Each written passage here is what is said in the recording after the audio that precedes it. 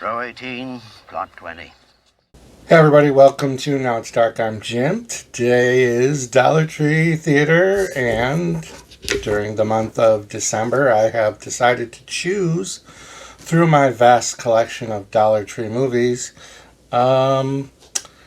movies that have somewhat of a religious horror theme to them, excluding like exorcisms and whatnot. This week is Devil's Whisper. It's a 2017 film, gets 4.2 on IMDb. It is 1 hour and 23 minutes. It was written and directed by Adam Ripp, and also contributing to writing were Oliver Robbins and Paul Tedesco. It stars Luca Oriel as Alex, and he is the main character. There are a small cast of friends. Marcos A. Ferreras plays Marcos. Olivia Negron plays Juana Flores. And Rick Ravanilio plays Father Cutler. Those would be the main cast of interest. This movie is about a teenage boy who aspires to be a priest, but he's tormented by a demon bent on possessing him. Will his faith be enough to save his soul? I think the back of the box gives a little bit better. Let me read that. A 15-year-old Alejandro Duran aspires to one day be a Catholic priest, but when Alex discovers a mysterious box, he unwittingly unleashes a demonic spirit hell-bent on possessing him. Alex must find a way to defeat this ancient demon, which has been tormenting children since the dawn of man, before it destroys him and everyone he loves.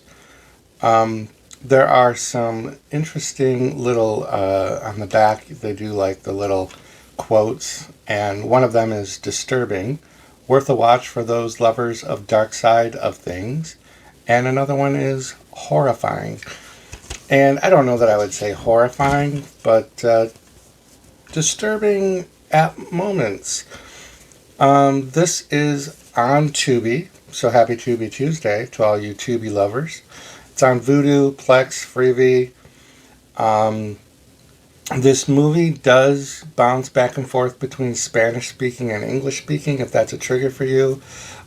During the Spanish dialogue, there is, the closed caption, but it's not a lot, and it's in context. It's not, there are Spanish characters who speak Spanish. They go back and forth between English and Spanish. It is not a big deal.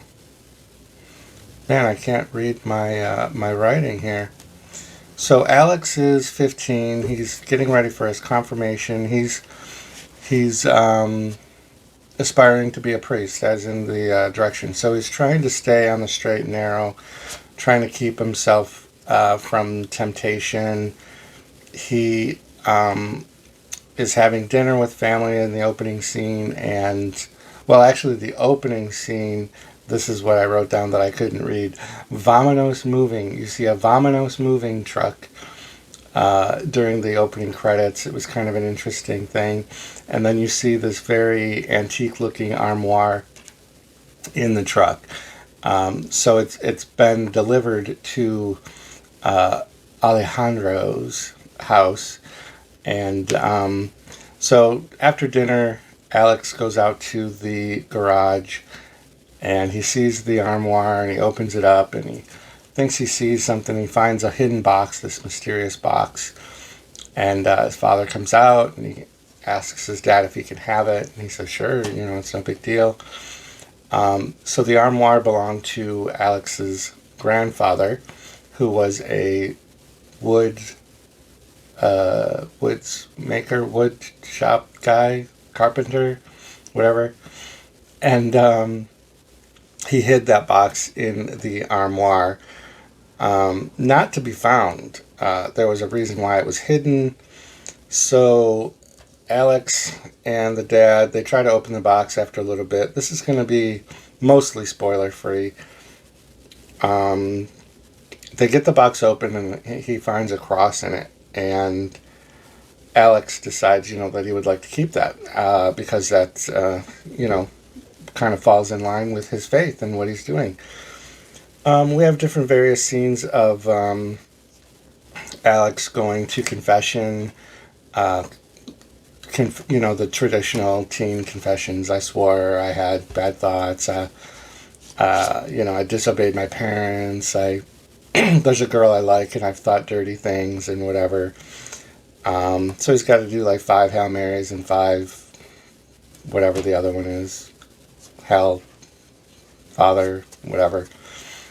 And the priest then, they have casual conversation, and the priest encourages him to go on a date with this girl that he had his impure thoughts about. That he should explore that side of things before he decides to be a priest, he's got to be sure, because he can't have that sort of temptation later on. And the priest says he knows that from experience or whatever.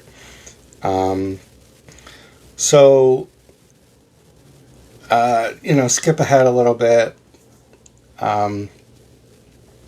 He goes with the priest to a hospice. So he's helping translate. The patient is Spanish speaking, so he's helping translate with the priest. Gets a little freaky, and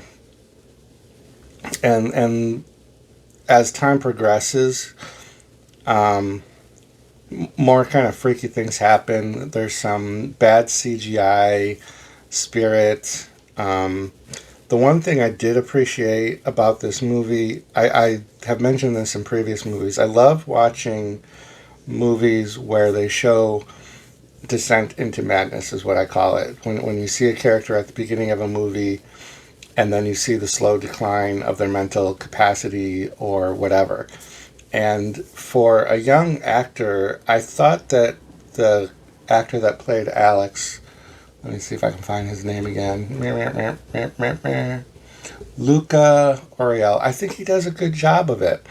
Some of it is makeup because they're showing the baggy eyes and the darkness of the eyes and whatnot. But he had to do that. But once they did it, they went kind of hard with it really fast. So once he got to a certain point in his descent, it was pretty hardcore, and gets into fights, has to go to jail. He is very aggressive with the girl that he likes, and then it kind of gets really kind of fast paced. We find out some backstory of the cross and why it was probably hidden. We get some backstory into Grandpa. Maybe he wasn't such a nice guy. There was some trauma in Alex's younger days that he may have repressed. He does see a psychologist to talk about things, and she seems to know more about his younger trauma than he remembers.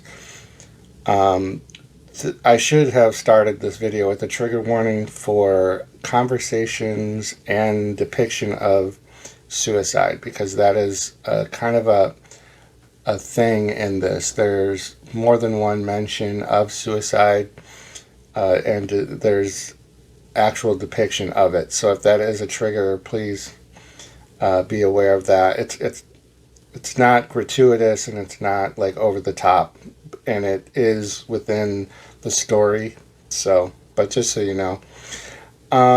Then, so very, very close to the end of the movie, I was so thrilled because I'm really enjoying the movie.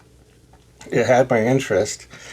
They did the damn full moon in the sky at night transition, and I don't know, it bothers me so badly.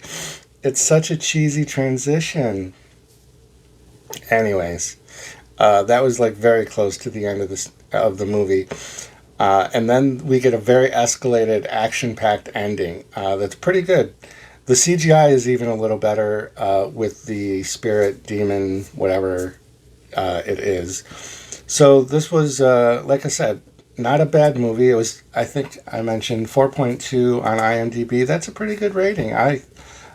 This was the type of religion-based horror movie that I was looking for. So I was very glad to watch this. And if you've seen this or have any comments about it, leave them down below. And tune in every day because I have content just about every day.